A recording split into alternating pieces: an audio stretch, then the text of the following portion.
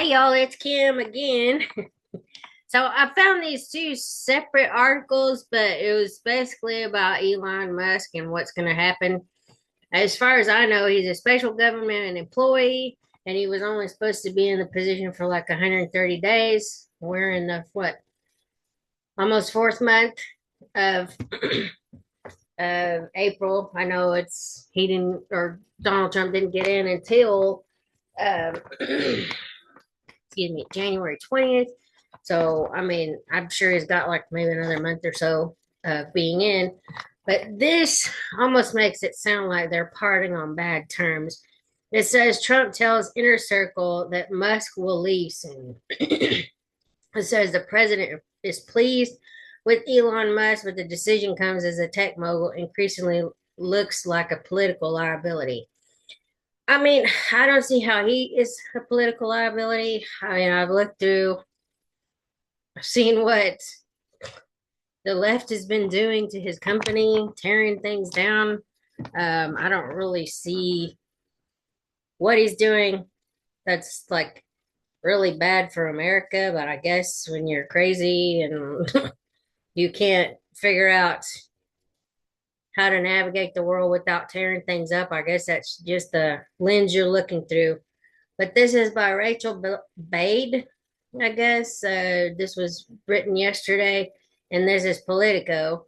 And then it just says President Donald Trump has told his inner circle, including members of his cabinet, that Elon Musk will be stepping back in the coming weeks from his current role as governing partner, ubiquitous cheerleader, and Washington hatchet man. How is that Washington hatchet man? But okay. The president remains pleased with Musk and his Department of Government Efficiency initiative, but both men have decided in recent days that it will soon be time for Musk to return to his businesses and take on a supporting role, according to three Trump insiders who were granted anonymity to describe the evolving relationship. Well, anytime somebody's in uh, and like an anonymous source, you kind of have to question it. I'm just throwing that out there. I know there's whistleblowers and that kind of stuff, but yeah, I don't necessarily believe this. It says Musk's looming retreat comes as some Trump administration insiders and many outsiders or outside allies have become frustrated with his unpredictability and increasingly view the billionaire as a political liability, a dynamic that was thrown into stark relief Tuesday when a conservative judge Musk vocally supported lost his bid for Wisconsin Supreme Court seat by 10 points. It also represents a stark shift in the Trump Musk relationship from a month ago when White House officials and allies were predicting Musk was here to stay and that Trump would find a way to blow past the 130-day time limit. One senior administration official said Musk is likely to retain an informal role as an advisor and continue to be an occasional face around the White House grounds. Another caution that anyone who thinks Musk is going to disappear entirely from Trump's orbit is fooling themselves. I mean, if he's doing what he's supposed to be doing, then I don't know why he would need to go away. But anyway, it says the transition, the insider said, is likely to correspond to the end of Musk's time as a special government employee, a special status that temporarily exempts him from some ethics and conflict of interest rules. That 130-day period is expected to expire in late May or early July, or excuse me, June. Musk's defenders inside the administration believe that the time is right for a transition, given their view that there's only so much more he can cut from government agencies without shaving too close to the bone. See, this article seems very like left leaning, like they're more, what they call him, a hatchet man. I mean, really, he's cutting waste, fraud, and abuse, which is something they've been crying about for years and now. Anyway, but many others say he's an unpredictable, unmanageable force who has had issues communicating his plans with cabinet secretaries and through the White House chain of command led by Chief of Staff Susie Wiles. frequently sending them into a frenzy with unexpected and off-message comments on X, his social media platform, including sharing unvetted and uncoordinated plans to gut federal agencies. The political threat Musk poses was highlighted Tuesday after Democrats seized on Musk's roughly $20 million investment in the Wisconsin race, with some openly calling it a referendum on the polarizing mogul. It says Trump, however, has already started easing the glide path, starting more than a week before the election, including at a March 24th cabinet meeting, where he told attendees that Musk would be transitioning out of the administration, according to one of the insiders, who did not attend the meeting but was briefed on the comments. So if you weren't there, how would you know this? Okay. And it said a senior administration official confirmed Trump discussed Musk's transition at the meeting. Immediately after making the announcement, Trump invited reporters and cameras in for the tail end of the meeting, where he lavished praise on Musk, who attended the meeting wearing a red MAGA hat. Cabinet secretaries, many of them, had clashed with Musk just weeks before over Musk's bull in a China shop approach to cutting their departments. In turn, jumped in to hail his bureaucracy slashing campaign. Elon, I want to thank you. I know you've been through a lot, Trump said, mentioning death threats and the spate vandalism directed at the cars built by Tesla before calling him a patriot and a friend of mine. Both men subsequently hinted publicly at a transition when Fox News' Brett Baer asked Musk on Tuesday whether he'd be ready to leave when his special government employee status expires. He essentially declared mission accomplished. I think we have accomplished most of the work required to reduce the deficit by $1 trillion within the time frame. On Monday night, Trump told reporters that at some point Elon's going to want to go back to his company, adding, he wants to. I'd keep him as long as I could keep him. And then, as the president said, this White House would have to keep Elon around for as long as possible. White House spokesperson Harrison Fields said Tuesday, as election results from the Wisconsin rolled in, Elon has been instrumental in executing the president's agenda and will continue this good work until the president says otherwise. But many close to Trump are increasingly relieved that Musk is expected to soon move on from his central role at Trump's side, and that the litany of Doge surprises, which have ranged from a weekend email blast demanding federal workers list their work output to accidental cuts to Ebola prevention programs, might finally be coming to a close. That's to say nothing of their concerns about Musk as a political liability who has served as a rallying point for fractured Democrats, whatever that's supposed to mean. And then following a columns, whatever. And then this one is also from yesterday. This is from Fox News. And it says Musk not leaving yet, wrapping up work on schedule once incredible work at Doge is complete. This according to the White House. It says Musk and Trump have both previously said Musk's role is temporary, will come to an end in the coming weeks.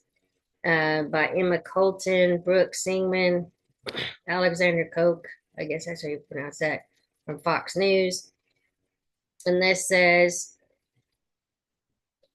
Elon Musk will exit his role with the Department of Government Efficiency Doge on schedule later this spring. Once his incredible work at Doge is complete, the White House confirmed Wednesday. This scoop is garbage.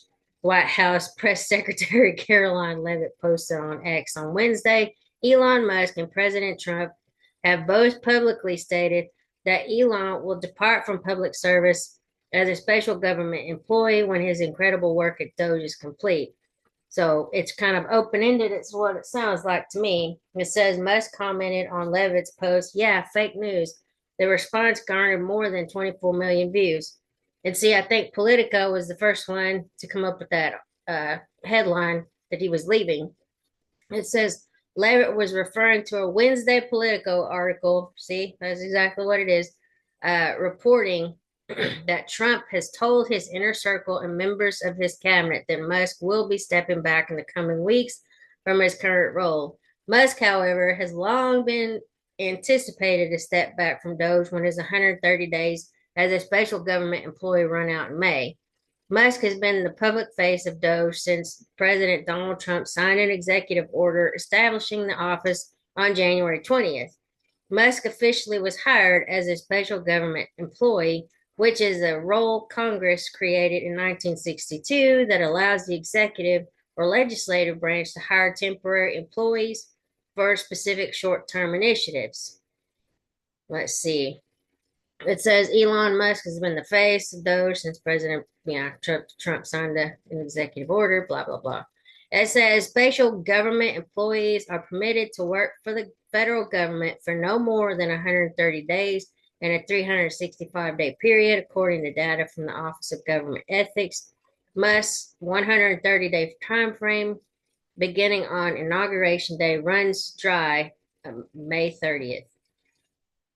Politico has become a tabloid paper that would rather run fake news for clicks than real reporting. White House spokesman Harrison Fields told Fox News Digital on Wednesday of Politico's report. This is exactly why President Trump and Doge have terminated millions of dollars in wasteful government contracts to so-called news organizations that have diminished their credibility with the American people. A Politico spokesman told Fox News Digital that the outlet stands by its reporting when approached for comment over the matter. But if it's not true, then why are they allowed to get away with that? Okay, so let's keep going. Doge is a temporary cross-department organization that was established to slim down and streamline the federal government.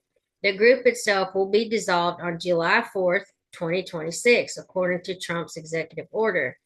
Musk and Trump have both previously previewed that Musk's role was temporary and will come to end in the coming weeks.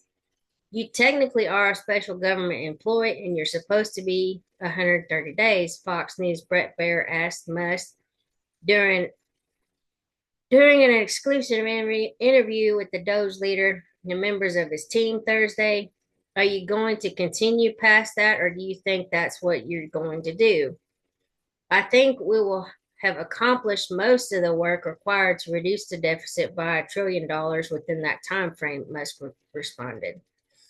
And then Trump hinted at Musk's departure in comments to the media Monday when asked if he wants Musk to remain in the government role for longer than the predetermined 130 days. Trump says, I think he's amazing, but I also think he's got a big company to run, Trump responded. And so at some point, he's going to be going back. And then I keep him as long as I can keep him, Trump said. He's a very talented guy. You know, I love very smart people. He's very smart and he's done a good job, the president added. Doge is, we found numbers that nobody can even believe. I mean, with all the stuff that's been reported, and even on the Doge website, yeah, I can see they're doing a good job. And then it says, Elon has been amazing. Keep it up and make Doge a permanent part of lives forever. He needs to do more interviews like he did with Brett Baier. Outstanding job. And then it says, support Doge. USA is bankrupt. Balance the budget, pay down the debt now. I don't want to read all that other stuff because I don't know about those numbers. It says, Doge will ideally end with good accounting and audit principles in place. Interesting how private sector execs routinely review budgets. Politicians merely approve them. Unfortunately, our government does not have the people capable of applying generally accepted audit practices. Government employees are generally unable to get jobs in the private sector because they know how to fudge numbers, I guess. It says the corruption in government is so deep, this needs to be a permanent part of our government, a totally nonpartisan agency independent of political pressure for sure. I mean, if they can't pass audits in some of these um, departments, then there's a problem, obviously.